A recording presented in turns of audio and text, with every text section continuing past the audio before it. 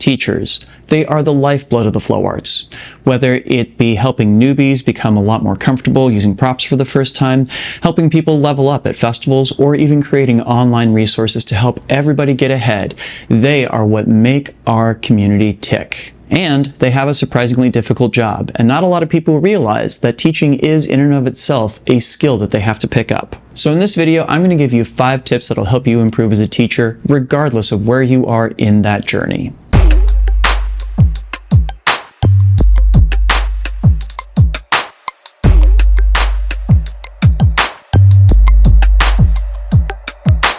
Drex here from Drex Factor Poi, sharing with you the love of poi spinning and flow arts to benefit your body and brain. And in this video, I'm going to give you my top 5 best tips for improving as a teacher. But before we dive in, let me give a quick shout out to the friends of the channel. Big thanks go to Dark Monk, Fire Mecca, Flow Fests, Flow Toys, Pyroterra Light Toys, and Ultra Poi for helping to make the videos on this channel possible. You can learn more about all these amazing companies and the work that they're doing to support flow artists like yourself by checking out the links down in the description of this video. And just to put a massive thank you out there to Pekka Pekkonen for having supported this channel for so very long. I appreciate you and everything that you've done these past few years. All right, so from the jump, we do just have to establish one thing right quick, and that is that many people mistake demonstration for teaching. In a lot of cases, if we can do a particular trick or technique, we think that simply showing somebody else the trick or technique in action is the same thing as teaching, and it's really not. A demonstration can inspire somebody, and maybe on their own initiative, they will go ahead and go out and take what they've seen you do and try to apply it. But that's not necessarily the same thing as taking somebody through the guided process of putting stuff together for themselves, especially if they're struggling. So aside from moving beyond simply demonstrating something, what are some other ways that we can improve as teachers? Well, buckle up, friends. Tip number 1, context matters. So I have what's going to seem like a very simple question to ask right off the bat here, but it's actually way more complicated than you think. Why does somebody want to learn this trick or technique from you? What's their motivation for doing so? Why exactly do they think that it is worth their time to pick this thing up? What goals does it help them achieve? And also, too, what does it teach them about the prop in general? See, I think we tend to focus a little bit too much on the what and not nearly enough on the why. And I get why we focus on the what. You know, those are the words that wind up in the title of our workshops and the whole reason that people are coming in and saying, I'm going to spend the next hour with you learning this particular thing. But we also need to bear in mind, well, why exactly is this important to them? Is this a stepping stone to getting towards a goal? Is it something that's going to make them more comfortable with the prop to begin with? Is it something that they think they're going to win respect with? We have to understand where they're coming from in order to make sure that they walk out of that workshop satisfied. So spend a little bit of time talking with your students and find out exactly why they are there. What is it that they're hoping to get out of it, and how does it get them closer to their particular goals? I think once you get to know them a little bit more as individuals and not simply as receptacles for whatever trick they happen to be coming into your class for, it'll be a lot more helpful both for you and for them in terms of them feeling like they're satisfied with what they got out of the experience. Tip number 2, show, don't tell. So this kind of goes back to what we opened the video up on, where in simply demonstrating a trick, I don't think necessarily is that effective a means of teaching somebody something. I think that the more effective way that we go about teaching anything, be it a concept, a trick, a whole framework of thought, is to turn it into a story, is to turn it into kind of a guided experience that you're taking your students through. We go from point A to point B to point C, and at each point, it's obvious why we are at that point. So I had a workshop that I used to teach back in the day called Fundamentals of Tech that essentially was tricking people into learning how to do Zan's diamond. I would start off by simply demonstrating linear extensions, but I wouldn't tell people what they actually were. We'd start off just moving our hands back and forth in a straight line as the poi spun around it, and work to build different shapes out of those straight lines, starting with a box, then a triangle, then an arrow pointing the other way, and then we connect the 2 arrows together and, oh goodness! That's Zan's diamond. When exactly did that happen? The great part about this was not just that I got to see a bunch of people, some of whom had literally just picked up a set of poi for the first time, learn how to do something that was the hardest poi trick anybody could do when I first started up.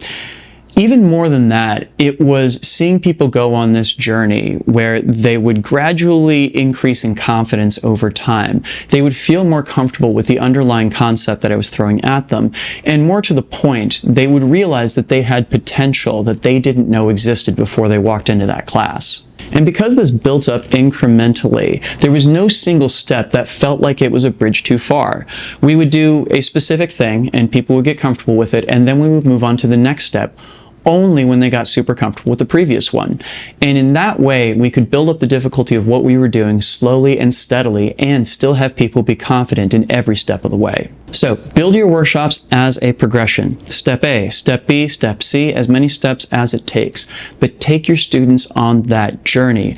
Make sure every step you're asking them to do is an obvious and not too difficult progression from what they already know how to do. And I guarantee you're going to be surprised by how far you can take them. Tip number 3, never stop practicing practice.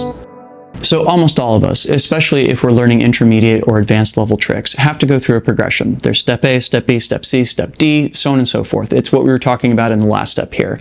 But as soon as we get that last step, we get the final trick, we stop working on all the steps that led up to it. Because after all, why would you bother continuing to do those after you've already learned how to get to the final step, right? And the answer to this question is that all those individual steps are really, really important for teaching people how to get to the final step.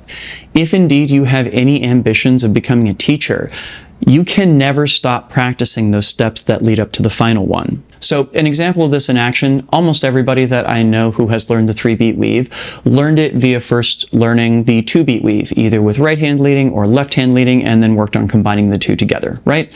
That's a pretty standard way of going about that.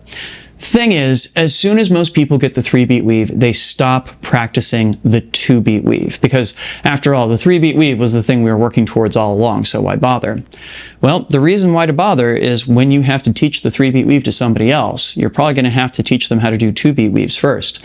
And if you don't remember how to do those, you're going to be shocked to discover just how hard they are to go back and relearn.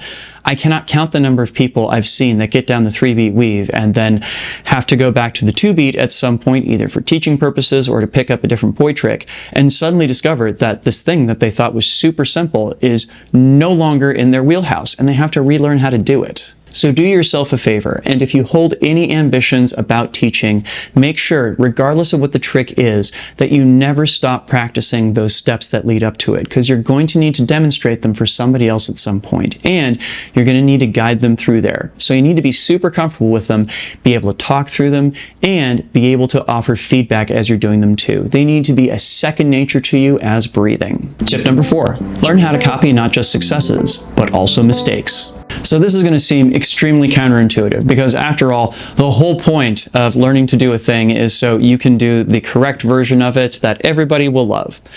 So here's the thing. Most people, as they're learning, don't go straight to the point where they have the thing down.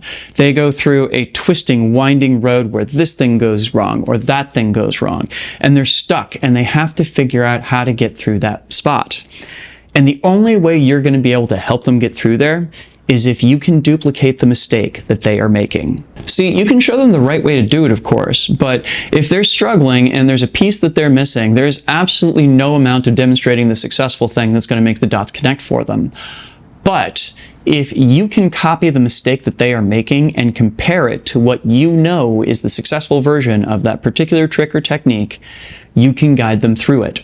This is an essential step to being able to help people through the most difficult part of learning. You have to put yourselves in their shoes and experience those mistakes with them. It's only that way that you can give them the specific exercises, the specific changes they need to make that is going to help them be successful in the long run. Now, it does need to be said that this is just a useful skill to have in general, not just because it's helpful for teaching, but also because it helps you become a better learner as well. Of course, we all like to fixate on the cleanest and most perfect version of a particular trick or technique, but the thing is, being able to duplicate anything you see somebody else doing, whether it is the correct version or not, is going to mean that you have the ability to absorb anything that you come in contact with a lot easier. This is going to improve your experience, not just as a teacher, but as a student yourself. You are going to have such a level up in terms of your ability to learn things quickly. So, pick up the skill. It's an important one. Tip number 5, solicit feedback. Okay, real talk. If you take only one, and I mean only one tip from this entire list, this is the one. And the biggest reason is you cannot be an effective teacher without finding out where you have room for improvement. So this is what this looks like for me. At the end of every single workshop I have taught in the past 12 years, I will pass around my notebook and a pen, and I will ask everybody to write down their email addresses. As soon as I am back in the land of Wi-Fi, I will send each and every one of them an email that includes a link to a Google form. That Google form includes questions about such things as, how was your experience in class? How was I as a teacher? What were the most effective aspects of the class? What were the least effective aspects of the class? If you could change one thing about the class, what would it be? And let me tell you, friends, the information I get from that feedback form is, without a doubt, the most valuable information I have ever received as a teacher.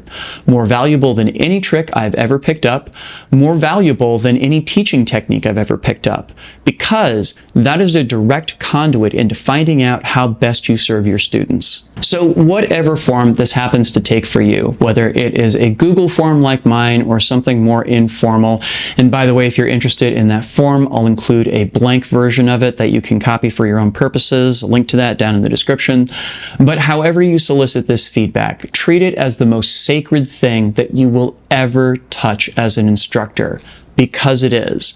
The route to becoming not just a good, but a great instructor comes from actively looking at the areas where you can improve. And don't get me wrong, it is also good to feel good about the job that you're doing and hear about the positive impact you're having on others.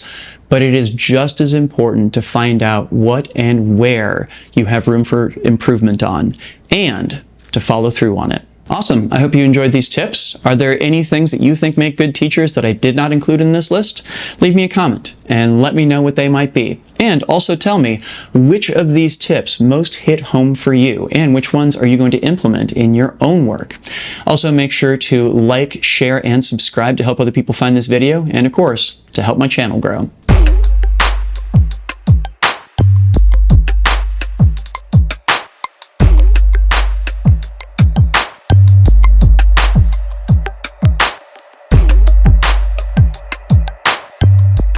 This video would not be possible without my amazing supporters on Patreon. In particular, I'd love to give a shout out to my Flow patrons who are listed right here on screen with me. Thank you all so much. You rock. And if you are interested in getting your name in the credits or access to any other of the host of awesome rewards that I have available for my subscribers, then you should go sign up. Head on over to my Patreon at patreon.com/DrexFactorPoi and check out what I have to offer. Even better than that though, you will be helping me out in my mission to bring poi spinning and flow arts to the whole wide world. So go check it out. Please and thank you. And if you'd like some additional tips on how to structure a workshop, I will go ahead and include a link to a video that I did on that very topic, both here on screen as well as down in the description. Thank you so much for watching. I hope that you have an awesome day, get out and flow, and I hope that if you get around to teaching some workshops, they're good ones. Thanks so much and take care. Peace.